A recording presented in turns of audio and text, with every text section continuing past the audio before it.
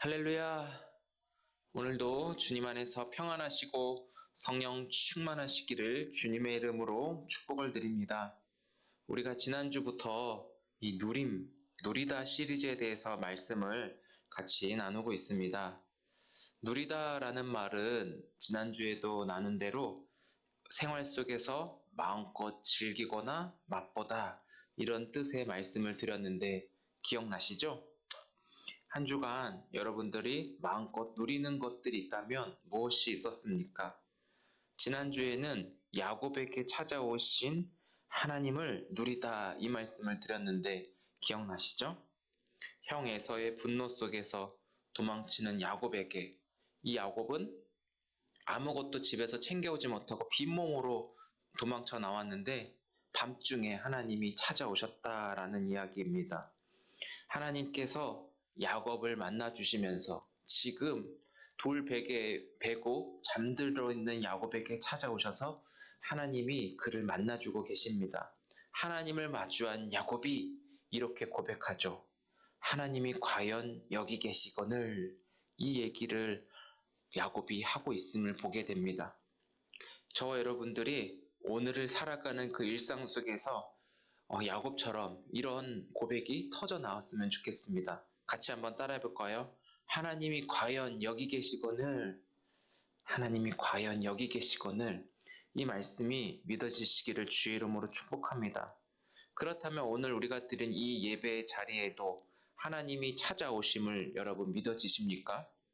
전 세계에 수많은 교회들이 있습니다. 우리보다 더 사람도 많고 시설도 좋고 예배당에 아름다움이 더한 교회, 목사님들은 설교를 얼마나 더 잘하고 수많은 사람들이 그 목사님의 설교를 들으려고 몰려오는 그런 교회들도 많습니다. 하지만 수많은 교회들 가운데 저 여러분들이 손잡는 교회 안에 왜 머물러 있는가 생각해 볼 수 있기 바랍니다.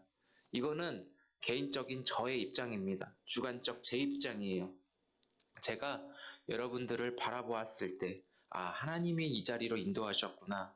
하나님과 함께 그리스도의 몸을 이루는 그 교회를 세워가는 손잡는 교회가 되기를 원하시는구나. 저는 여러분들을 보면서 그런 하나님의 마음이 느껴졌습니다. 이것은 다시 말씀드리지만 저의 입장입니다. 한 분 한 분 여러분들의 사정과 형편을 보고 들으면서 더더욱 여러분들을 이 손잡는 교회 안에서 하나님을 만나고 하나님을 알아가면서 평생 하나님과 함께 하심을 누리도록 우리에게 찾아오셨고 저와 여러분들을 불러주셨습니다. 우리 한번 옆에 계신 분들에게 이렇게 인사하고 축복해 주시고 격려하면 좋겠습니다. 하나님께서 당신과 함께 계십니다. 시작.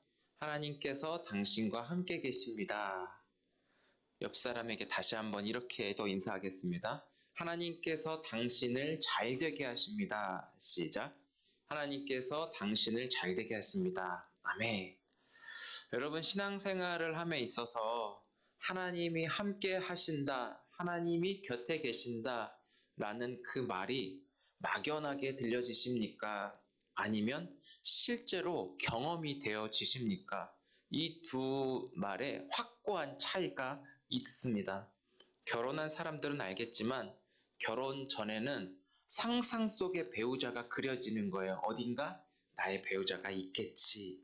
하지만 실제적으로 이 배우자의 손도 잡아보지 못하고 안아주지도 못하고 같이 무엇을 아기자기하게 꾸미지도 못하는 자신의 현실을 바라볼 수 있습니다. 이런 사람들이 시간이 갈수록 과연 내 배우자가 있긴 있는 건가? 라고 의심으로 변질이 될 수도 있지만 그럼에도 불구하고 막막한 그 현실 속에서 상상으로만 배우자를 그리는 것이죠.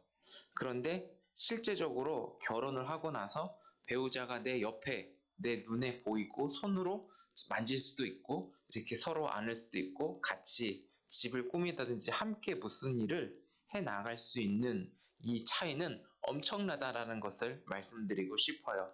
그렇다면 이 대상을 하나님께로 한번 옮겨가 보겠습니다. 여러분, 하나님과 함께하고 계십니까? 실제적으로 결혼 전의 내 모습, 아직도 손에 잡히지도 못하지만 하나님이라는 존재가 때로는 그런 느낌이 받을 때가 있습니다. 결혼하여 함께 살아가고 있는 배우자처럼 하나님이 가까이 계신다라는 것이 믿어지는 게 기적이고 그것이 은혜이죠.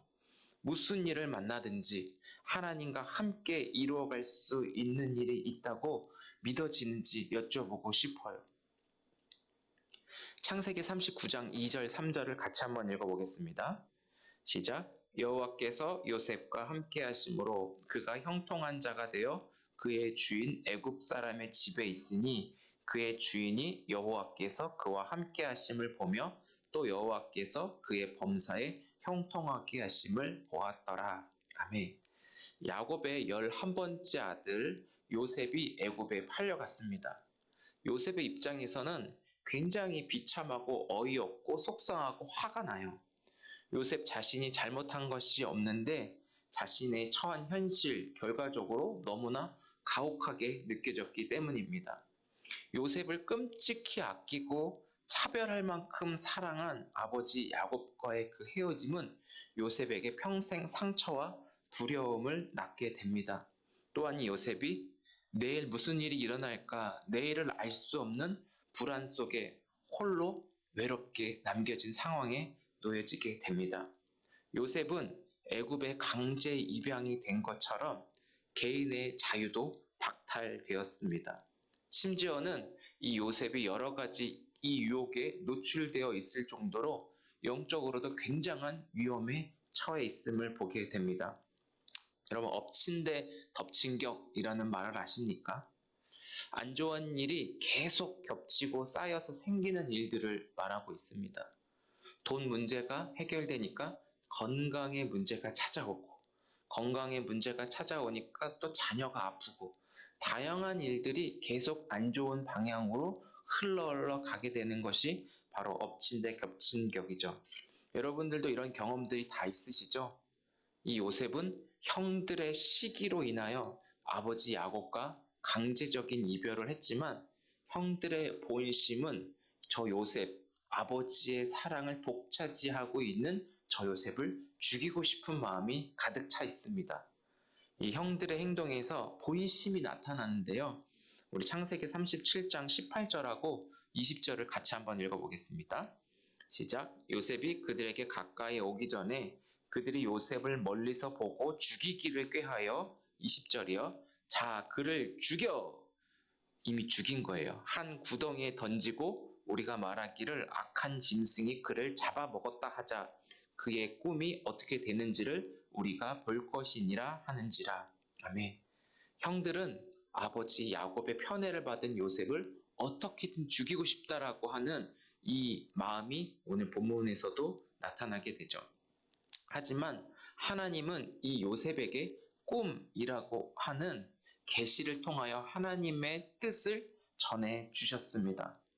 이 꿈을 요셉이 하나님으로부터 직접 받게 되는데 이것은 하나님이 장차 이루실 하나님의 섭리를 깨닫게 된 것입니다.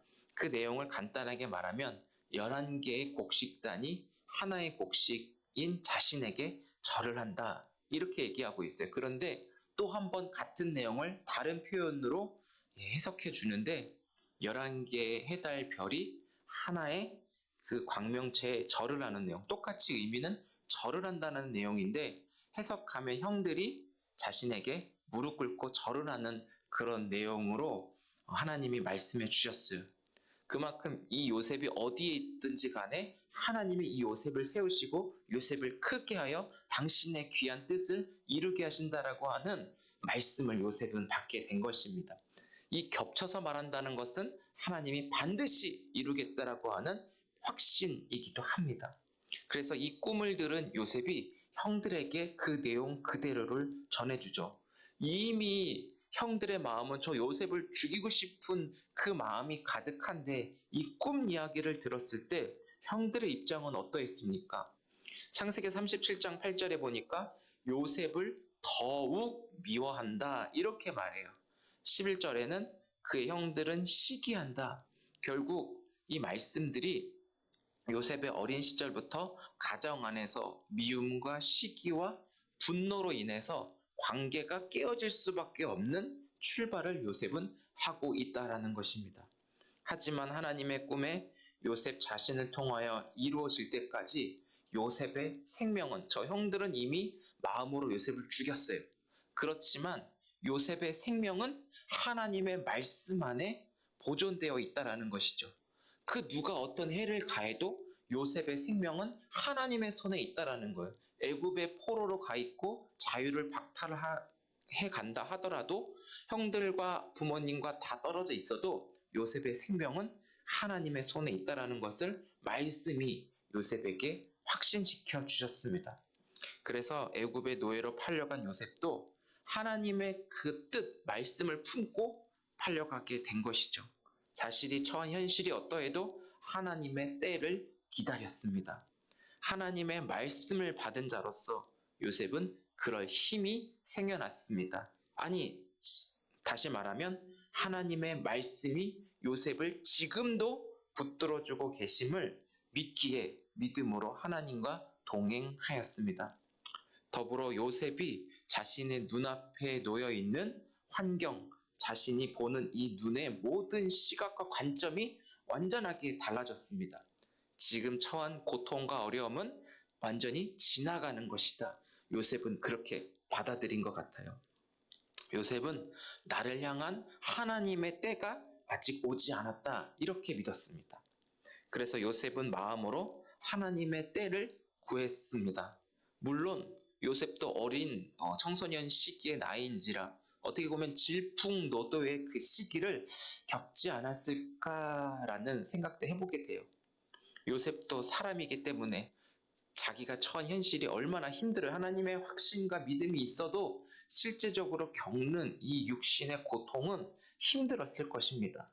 눈물도 많이 쏟았을 거예요. 이미 요셉은 눈물의 사람이라고 소문이 나 있어요.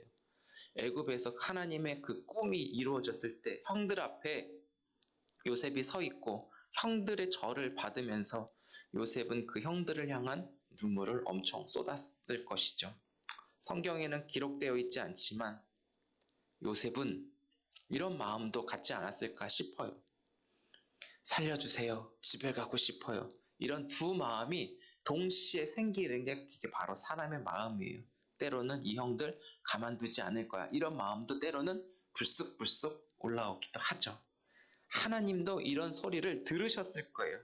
그렇지만 말씀이 있고 분노도 일어나고 동시에 두 마음이 일어나도 눈앞에 처해 있는 현실은 하나도 변한 것이 없었습니다.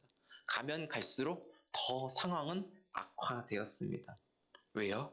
이때 보디발의 아내, 애굽의 총리 대신이라고 하는 바로왕 다음 넘버 2거든요.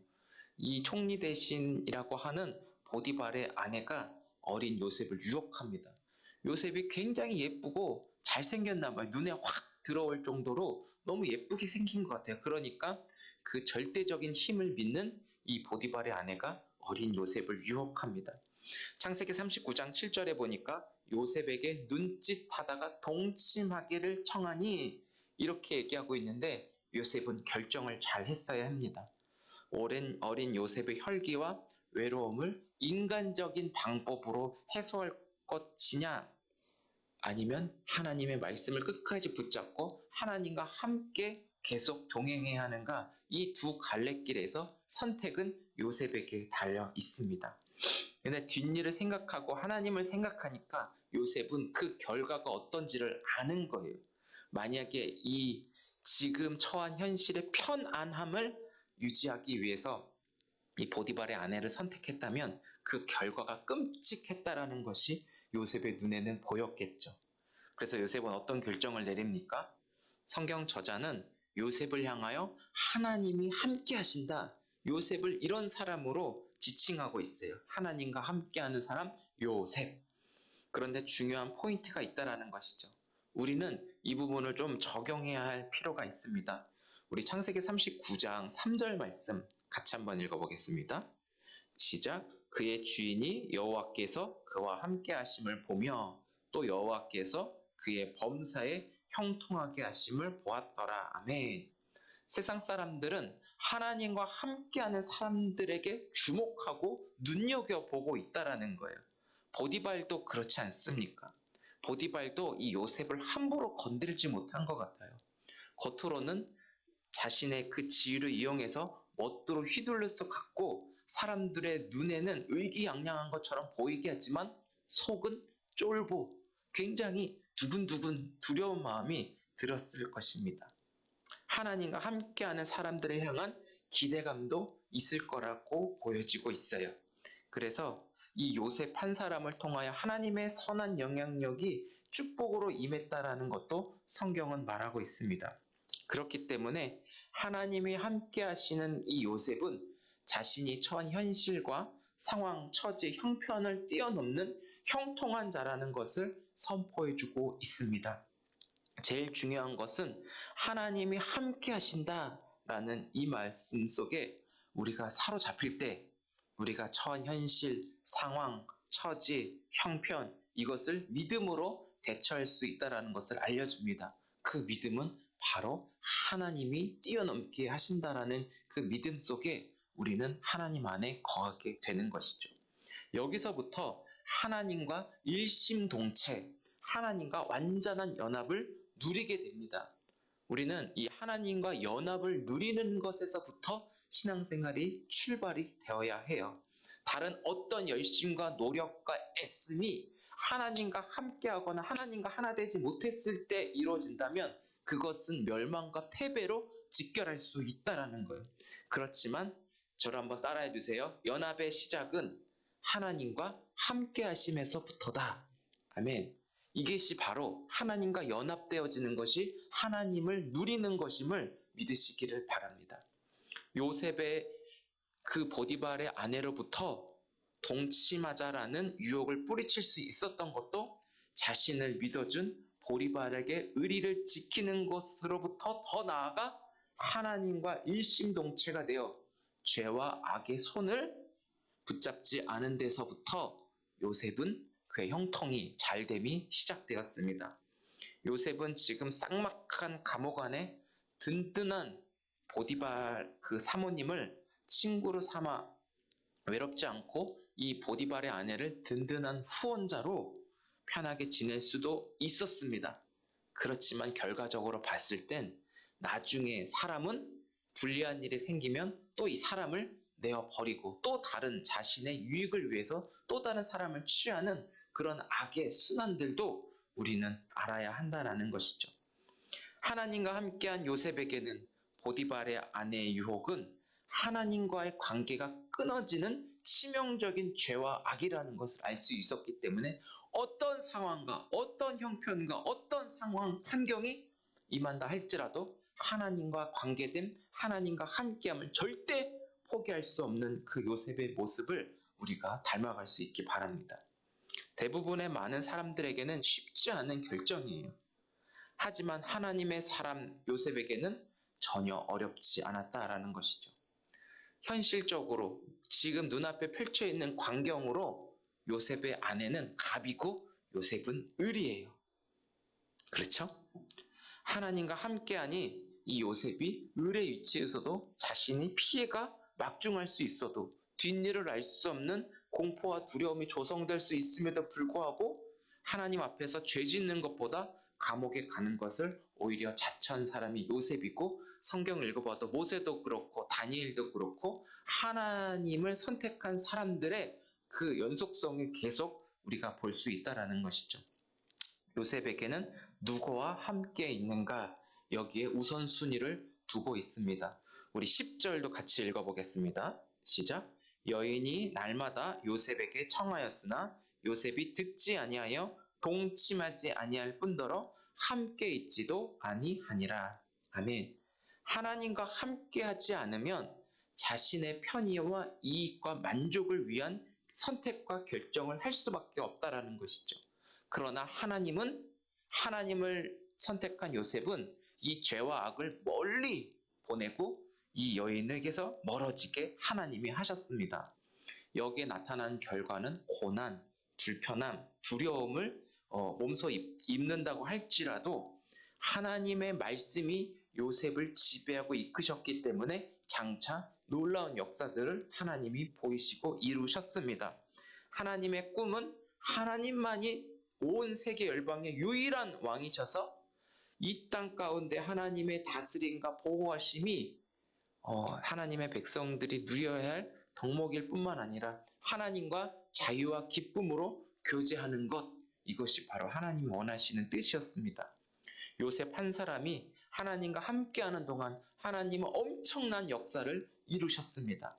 만나기 힘들다는 이 애굽의 통치자 바로를 만나 그의 꿈을 해석하고 앞으로 일어난 일들에 대하여서 하나님이 이런 분이시군요. 하나님의 역사를 요셉을 통하여 알게 하셨습니다. 시간이 지날수록 하나님이 함께 하신다는 그 강력한 임재가 입술도 주장하셔서 하나님이 이루시고자 하는 놀라운 그 꿈, 하나님의 그 계획과 섭리와 앞으로 일어날 일들을 요셉의 입술을 통하여 말씀을 하고 그 말씀을 대언하는 자리에까지 서게 되는데요. 아까 말씀드린 바로의 꿈을 요셉이 해석하면서 해석하는 가운데 하나님이 그 꿈을 해석하셨다 고백하며 그 내용을 바로에게 듣게 합니다. 우리 한번 창세기 41장 16절, 25절 두 절만 같이 읽어보겠습니다. 시작. 요셉이 바로에게 대답하여 이르되 내가 아니라 하나님께서 바로에게 편안한 대답을 하시리이다. 아멘. 우리 41장 25절도요. 시작. 요셉이 바로에게 아뢰되 바로의 꿈은 하나라 하나님이 그가 하실 일을 바로에게 보이심이니라. 아멘. 하나님이 일하심에 그것을 선포하는 자리에 서게 된 요셉, 그게 하나님과 함께하는 자의 특권이기도 합니다. 하나님이 함께 하신다는 것, 하나님의 뜻이 보이고 하나님이 이루신다는 것, 그 안에 하나님의 사람들이 있다라는 것입니다. 바로의 꿈을 통하여 7년의 풍년과 7년의 흉년이 있었지만 7년의 흉년 기간 동안 사람들이 가지고 있던 모든 것은 아무런 효능을 발휘하지 못했습니다. 하나님이 말씀하시고 뜻을 이루시고자 하는 것은 오직 하나님만 하실 수 있다라는 것을 말씀하고 있습니다. 이 일에 요셉이 부름받아 하나님과 함께하는 그 특권을 통하여 주님의 뜻이 이루어지는 특권을 누리게 되었습니다. 결국 하나님과 함께한 요셉은 세계를 다스리는 리더로 세움을 받아 하나님의 꿈을 이루는 일에 하나님과 귀한 동역을 하게 되는 일에 쓰임받았습니다. 흉년의 기간 동안 야곱의 아들들이 요셉의 형들을 만나게 하셔서 용서와 사랑으로 그 가정을 통일시켜 주시고 요셉 자신이 당한 억울함, 그 여러 가지 분노들은 그 가정의 연합, 그 사랑으로 자연스럽게 녹아지는 은혜도 받게 되었습니다. 오히려 창세기 45장 5절에 요셉은 이렇게 얘기하고 있어요. 하나님이 먼저 자신을 보내셔서 생명을 구원하시기 위함, 이렇게 얘기하면서 우리 7절, 8절, 창세기 45장 7절, 8절은 같이 한번 읽어보겠습니다. 시작. 하나님이 큰 구원으로 당신들의 생명을 보존하고 당신들의 후손을 세상에 두시려고 나를 당신들보다 먼저 보내셨나니. 8절. 그런즉 나를 이리로 보내니는 당신들이 아니요 하나님이시니라. 하나님이 나를 바로에게 아버지로 삼으시고 그 온 집의 주로 삼으시며 애굽 온 땅의 통치자로 삼으셨나이다. 아멘. 여러분들이 이 구절을 읽으면서 혹시 특징을 꼽으셨습니까? 누가 일을 진행한다고 했죠? 성경 구절의 주어는 무조건 하나님이에요. 하나님이 오늘 45장 7절 8절도 하나님이 큰 구원을 이루셨고 자신을 보내신 이도 하나님이시고 형님과 또 후손들을 이 땅에 두게 하시는 분도 하나님이십니다. 그 하나님이 하신다는 얘기를 계속 말씀하고 있다라는 거예요. 결국 하나님이 함께 하시니 구원의 역사를 이루셔서 가정의 온 식구를 하나로 모이게 하셨습니다. 더불어 온 땅에 흉년으로 고통당할 때 애굽으로 모이게 하셔서 먹을거리를 제공하며 백성들이 지혜롭게 살아갈 수 있는 터전을 마련하도록 요셉이 통로로 사용되었습니다. 요셉은 애굽의 포로로 붙잡혀 왔지만 자신의 유익이 아닌 자신에게 꿈으로 찾아오신 하나님의 그 말씀만을 붙잡고 하나님과 함께하는 그 인내의 시간, 고난의 시간, 연단의 시간, 훈련의 시간을 잘 통과하여 애굽을 다스리는 자로 하나님이 신실함을 드러내며 귀하게 쓰여졌습니다. 사랑하는 성도 여러분, 하나님께서 지금도 우리 손잡는 교회 여러분 한 분 한 분을 요셉처럼 하나님과 함께하는 자로 2025년을 허락해 주신 줄 믿으시기 바랍니다. 유명한 사람, 잘 나가는 사람보다도 요셉과 같이 하나님이 함께 하시는 그 한 사람이 먼저 준비되어지는 것이 너무나 시급하고 중요합니다. 우리가 뭘 해놨고 성과를, 목표를, 목적을 달성하기보단 내가 먼저 하나님과 함께하는 요셉으로 이 시대에 주님께 준비되어지고 붙들려지기를 축복합니다. 그리고 우리 자녀들도 마찬가지예요. 우리 아이들이 하나님과 함께하는 어린 시절부터 평생을 하나님의 꿈을 이루는 귀한 자녀들로 준비되었으면 좋겠습니다. 저를 한번 좀 따라해 주시면 감사하겠습니다. 하나님, 내가 요셉처럼 하나님과 함께하는 자로 준비시켜 주옵소서. 하나님, 내가 요셉처럼 하나님과 함께하는 자로 먼저 준비되어지게 하옵소서. 우리는 이런 기도가 필요하다라는 것이죠. 요셉의 하나님이 나의 하나님, 지금 나의 하나님으로 함께 하셔서 이루시고자 하는 하나님의 꿈이 결국 내가 꾸고 목표하고 계획했던 것보다 비교할 수 없을 정도로 넘치는 영광의 그 수준에 도달할 수 있다라는 거예요. 그래서 오늘 나에게 주어지는 큰 일이든 작은 일이든 맡겨진 그런 모든 일들을 일상생활 속에서 주님께 하듯 주님과 함께 모든 것을 감당할 수 있기를 바랍니다.